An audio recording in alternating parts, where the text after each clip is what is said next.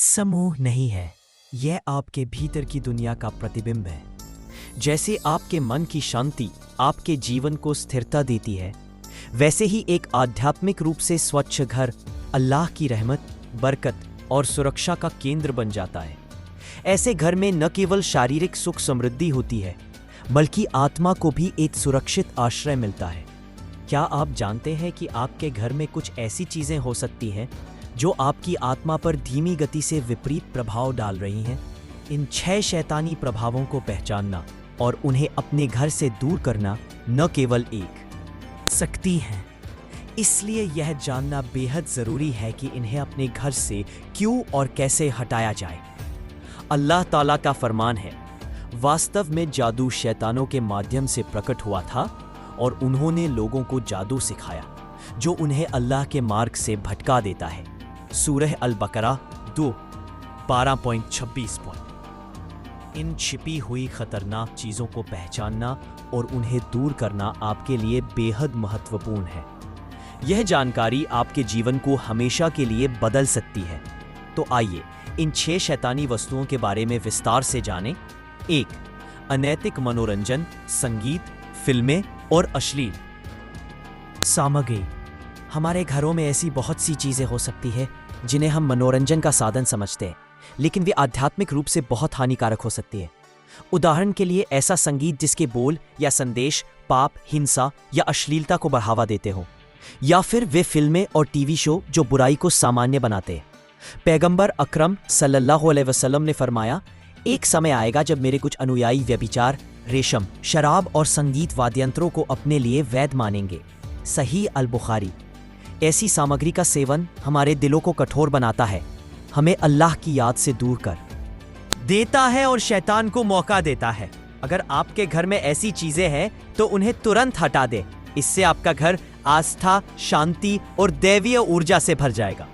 अगर आपके घर में ऐसी चीजें हैं तो उन्हें तुरंत हटा दे।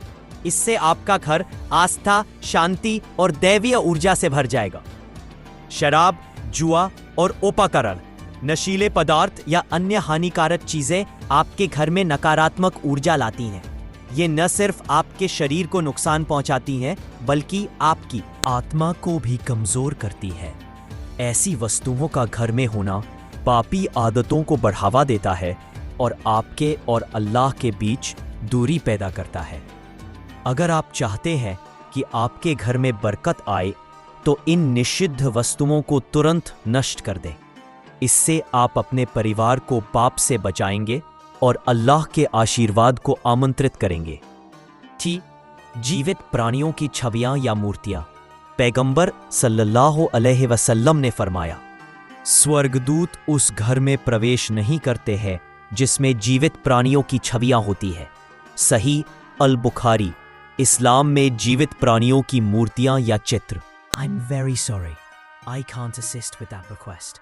I'm very sorry. I can't assist with that request. Marut पर प्रकट हुआ। सूरह अल-बकरा। कोई भी आस्तिक व्यक्ति अंधविश्वास, जादू टोना या काले जादू से संबंधित वस्तुओं को अपने घर में नहीं रख सकता। इस्लाम हमें केवल अल्लाह पर भरोसा रखना सिखाता है। ताबीज पहनना, मंत्रों में विश्वास करना या किसी जादूगर से मदद मांगना शिर्क है, जो सबसे बड़ा गुनाह है। ऐसी वस्तुएं शैतान के प्रभाव को बढ़ाती है और आपके आध्यात्मिक संबंध को कमजोर करती है। इन्हें हटाकर आप अपने घर को आध्यात्मिक रूप से शुद्ध करते हैं और अल्लाह के आशीर्वाद को आमंत्रित करते हैं। अशुद्ध वस्तुएं जादू टोने के लिए प्रयुक्त वस्तुएं। कुछ लोग घर में ऐसी वस्तुएं रखते हैं जिनके बारे में माना जाता है कि वे धन आकर्षित करती है या जादू टोने के माध्यम से सुरक्षा प्रदान करती है। हालांकि ये वस्तुएं आपके घर में नकारात्मक ऊर्जा लाती है और आपकी आत्मा को नुकसान पहुंचा सकती है। इन्हें तुरंत हटाना चाहिए। इससे आपका घर शुद्ध होगा और आपका संबंध अल्लाह से मजबूत होगा। सुरक्षा और समृद्धि के लिए केवल वैध इस्लामी साधनों जैसे कुरान पढ़ना, दुआ करना और रुकैया का प्रयोग पर भरोसा करना चाहिए। दबली, अनावश्यक सजावटी वस्तुएं जो पूजा से ध्यान भटकाती हैं। घर में कुछ सजावटी वस्तुएं हानिरहित लग सकती हैं, लेकिन अगर वे आपको अल्लाह की इबादत या उसकी याद से विचलित करती हैं, तो उन्हें हटा देना चाहिए। जो कुछ भी आपका ध्यान आस्था और आध्यात्मिकता से दूर ले जाता है, उसे अपने जीवन से हटाना जरूरी है। इस्लामी मूल्यों के अनुसार अपने परिवेश को सरल बनाने से शांति, स्पष्टता और अल्लाह से निकटता को बढ़ावा मिलता है। अपने घर को साफ, सरल और आध्यात्मिक रूप से शुद्ध बनाएं, ताकि आपके घर में बरकत आए और अल्लाह के आशीर्वाद हमेशा बने रहे। आपका घर सिर्फ दीवारों, छत और फर्नीचर का धार्मिक कार्य है, बल्कि आपके आध्यात्मिक स्वास्थ्य के लिए एक गहरा संकल्प है। ये कदम न केवल आपके घर को शैतान के असर से मुक्त करता है, बल्कि अल्लाह की रहमत और आशीर्वाद के लिए दरवाजे खोल देता है। इस प्रक्रिया से आपके चारों ओर का वातावरण शुद्ध होता है, आपका विश्वास मजबूत होता है और आपका परिवार नकारात्मक ऊर्जाओं से सुरक्षित रहता है। अल्लाह से प्रार्थना करके कि वह आपके घर में शांति डाले, आपके परिवार की रक्षा करे और आपके जीवन में बरकत भर दे। अपने घर को आध्यात्मिक रूप से साफ करना एक गहरी जिम्मेदारी, धार्मिक कार्य है, बल्कि आपके आध्यात्मिक स्वास्थ्य के लिए एक गहरा संकल्प है। यह कदम न केवल आपके घर को शैतान के असर से मुक्त करता है, बल्कि अल्लाह की रहमत और आशीर्वाद के लिए दरवाजे खोल देता है। इस प्रक्रिया से आपके चारों ओर का वातावरण शुद्ध होता है, आपका विश्वास मजबूत होता है और आपका परिवार नकारात्मक ऊर्जाओं से सुरक्षित रहता है। अल्लाह से प्रार्थना करके कि वह आपके घर में शांति डाले, आपके परिवार की रक्षा करे और आपके जीवन में बरकत भर दे।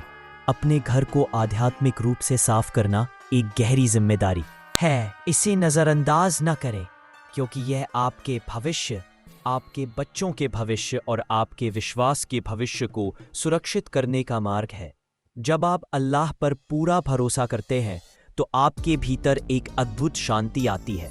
यह शांति किसी ताबीज़, किसी भौतिक वस्तु या किसी अंधविश्वास से नहीं मिल सकती। यह तो केवल अल्लाह की रहमत से ही आती है। यदि हम ऐसी वस्तुओं को अपने घरों में रखते हैं जो शिर्क की ओर ले जाएं, तो हम अपने विश्वास को कमज़ोर कर देते हैं। इसलिए यह अत्यंत आवश्यक है कि हम अपने घरों को ऐसी सभी वस्तुओं से मुक्त करें जो अल्लाह के अलावा किसी अन्य पर भरोसा करने की ओर प्रेरित करती है। बच्चों के मामले में यह और भी महत्वपूर्ण है। अनजाने में भी ऐसी वस्तुओं के संपर्क में आ सकते हैं जो आध्यात्मिक रूप से हानिकारक हैं। उन्हें शिक्षित करना हमारा दायित्व है। उन्हें समझाएं कि अल्लाह ही सब कुछ है, वही हमारी सुरक्षा है, वही हमारा भरोसा है। ऐसी शिक्षा देकर हम उनके भविष्य को सुरक्षित कर रहे हैं। घर से ऐसी वस्तुओं को हटाना केवल भौतिक स्थान को साफ करने के बारे में नहीं है, बल्कि यह हमारे दिल और आत्मा को साफ करने के बारे में भी है। जब हम अल्लाह के लिए अपना घर खाली करते हैं, तो वह उसे अपनी रहमत और बरकत से भर देता है। ये एक ऐसी प्रक्रिया है जिसमें हम अल्लाह को दिखाते हैं कि हम उस पर पूरा भरोसा करते हैं और अल्लाह हमेशा उनके भले के लिए अधिक जानता है। एक बार जब आप इस कार्य को पूरा कर लेंगे, तो आपको एक नई शांति महसूस होगी। आपको एहसास होगा कि आपकी सच्ची सुरक्षा केवल अल्लाह में है। आपके घर में एक नई स्पष्टता आएगी, आपके विश्वास में गहराई आएगी और आपके दिल में एक नई शांति उतरेगी। यह वही आशीर्वाद है जिसकी वास्तविकता केवल वही समझ सकते हैं जो अल्लाह पर भरोसा करते हैं। और यह भी याद रखें कि ये वस्तुएं भले ही अनजाने में ही क्यों न हो, आपके आध्यात्मिक जीवन में छिपी हुई क्षति पहुंचा सकती है। जब आप उन्हें हटा देते हैं, तो आप अपने आप को उस क्षति से मुक्त कर लेते हैं और अल्लाह की रहमत के लिए द्वार खोल देते हैं। यह एक छोटा सा कदम नहीं है, यह आपके आध्यात्मिक जीवन में एक बड़ा परिवर्तन ला सकता है। अल्लाह की सुरक्षा किसी ताबीज़ से बढ़कर है। उसका आशीर्वाद उन लोगों के लिए है जो उस पर भरोसा करते हैं। इसलिए आज ही अपने घर को शुद्ध करें, अपने विश्वास को मजबूत करें और अपने परिवार को अल्लाह की रहमत में सुरक्षित रखें। अल्लाह आपका और आपके परिवार का मार्गदर्शन और सुरक्षा करे। आमीन। वस्तुएं जो अहंकार और घमंड को बढ़ावा देती हैं। अल्लाह ताला कहते हैं, और जमीन पर घमंड से मत चलो, बेशक तुम कभी जमीन को नहीं फाड़ोगे और न ही ऊंचे पहाड़ों तक पहुंचोगे। सूरा अल इसरा 17 व 37। यह आयत हमें एक गहरा संदेश देती है। अहंकार और घमंड ऐसी भावनाएं हैं जो हमें अल्लाह से दूर कर देती है। इस्लाम में विनम्रता को सर्वोच्च महत्व दिया गया है। एक सच्चा मुसलमान अपने आप को उन सभी चीजों से दूर रखता है जो उसके अहंकार को बढ़ाती है, चाहे वह भौतिक संपत्ति हो, धन के प्रतीक हो या सामाजिक दबाव। अहंकार कैसे बढ़ता है? जब हम अपने घरों में, अपने जीवन में और अपने व्यवहार में ऐसी चीजों को जगह देते हैं जो हमारे अहंकार को बढ़ाती है, जैसे महंगे कपड़े, विलासिता की वस्तुएं, दिखावती आभूषण या दूसरों से बेहतर होने का भाव, तो हम धीरे धीरे उन चीजों से दूर होते जाते हैं जो वास्तव में हमारे लिए महत्वपूर्ण है। हम अल्लाह के साथ अपने रिश्ते को भूलने लगते हैं, अपने आत्मा की जरूरतों को नजरअंदाज करने लगते हैं और भौतिक सुख सुविधाओं में खो जाते हैं। शैतान हमारा ध्यान भटकाने के लिए इन्हीं चीजों का उपयोग करता है। वो हमें यह भ्रम देता है कि ये वस्तुएं हमें सफल या महत्वपूर्ण बनाती हैं, जबकि वास्तव अल्लाह की रजा और आध्यात्मिक निकटता में है।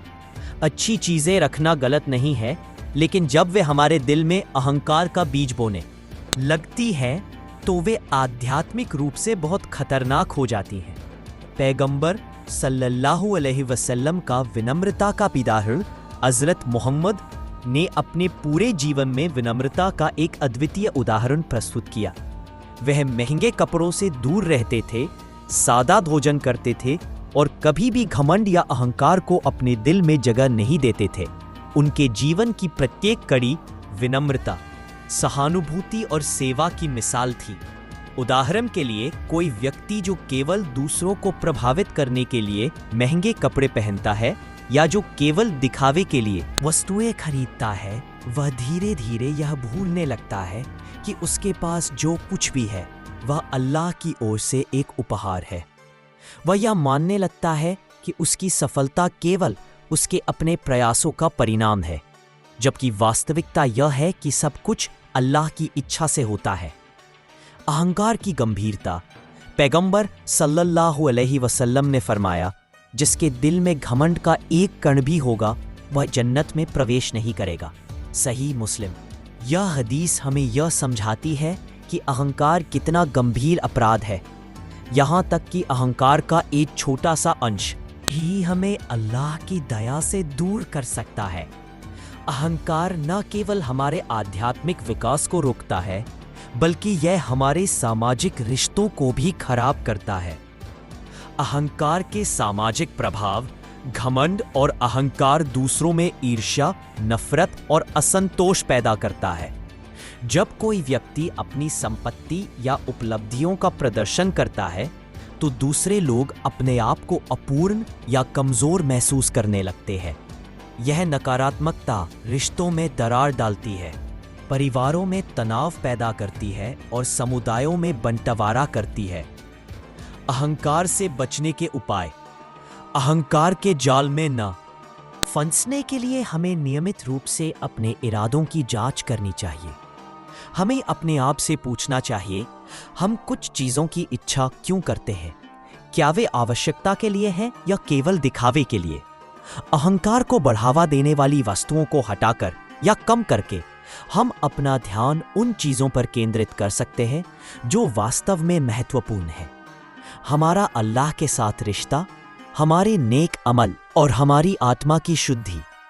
विनम्रता की शक्ति। इस्लाम हमें सिखाता है कि हमेशा अल्लाह के प्रति आभारी रहे और विनम्र बने रहे। चाहिए कि सच्ची सफलता इस बात से नहीं मापी जाती कि हमारे पास कितना है, बल्कि इससे मापी जाती है कि हम अल्लाह के कितने करीब हैं।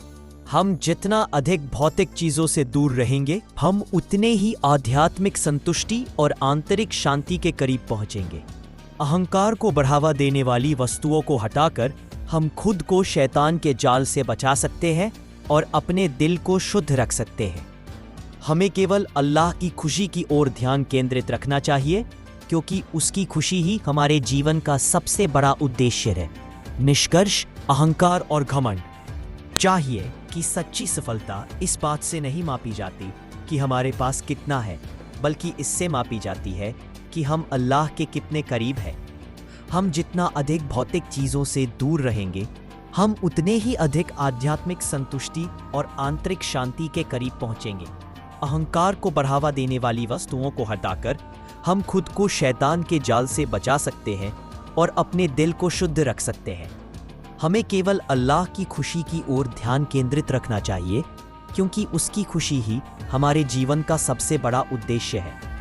निष्कर्ष, अहंकार और घमंड वह शैतानी ताकत है जो हमें अल्लाह से दूर ले जाती है। इसे प्रोत्साहित करने वाली वस्तुओं को पहचानना और उनसे दूर रहना हमारी आध्यात्मिक सलामती के लिए अत्यंत महत्वपूर्ण है।